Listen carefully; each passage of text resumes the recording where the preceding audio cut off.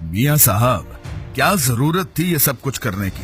सुकून से हुकूमत करते, बलूचिस्तान को कर देते ईरान और इंडिया के हवाले। क्यों लाया नाराज बलोचों को कौमी धारे में? इंडिया को भी नाकाम किया और ईरान को भी नाराज किया। मुसलसल 13 साल की मेहनत से पाकिस्तान को अंधेरों में डुबाने की कोशिश हो रही थी। क्यों बिजली के मंसूबे लगाकर 13 साल की मेहनत पर पानी फेर दिया? क्यों पाकिस्तान में अमन को तरजीह दी? पाकिस्तान के दुश्मनों की मेहनत पे आपने 2-3 साल में पानी फेर दिया। मियां साहब, इतने सस्ते खून को आपने क्यों इतना कीमती बना दिया कि आपके दौरे हुकूमत में कातिलों को फांसी दी जाने लगी? मियां साहब, क्या जरूरत थी कराची की रोशनियां वापस लाने की? हमारे हुक्मरान तो कराची वालों की लाशों पे खड़े होकर मुक्का लहराते थे। आपने क्यों ललकारा मासूम शहरियों के कातिलों को?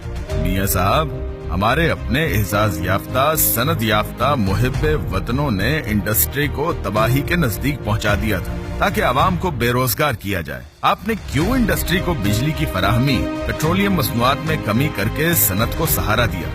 मियां साहब, आपने सी पैक पाकिस्तान को क्यों दिया? क्यों पाकिस्तानी कौम की खुशहाली के लिए इतना बड़ा कदम उठाया? क्यों फिर ठेकेदार मुमालिक को नाराज कर दिया? मियां साहब, पाकिस्तान को तन्हा करने की कोशिशों में अगयार तो अगयार हमारे अपने भी शामिल थे। आपने क्यों चाइना, तुर्की और रूस से ताल्लुकात मजबूत किए? मोहतरम वजीर आजम साहब, ये चंद आपके जुर्म थे। आपके ऐसे जुर्मों की लंबी लिस्ट है।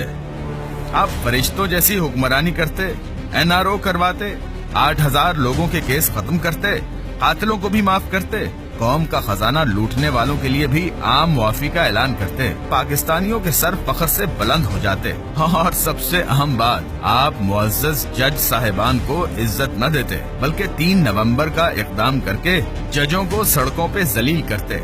फिर यही जज जुर्रत, हिम्मत और बहादुरी का मुजाहिरा करके आपका नाम ECL से निकाल देते।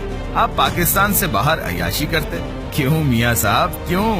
और हाँ, 2.5 ग्राम के दिमाग वाले पढ़े लिखे ये बातें न सुने, समझ नहीं आएंगी।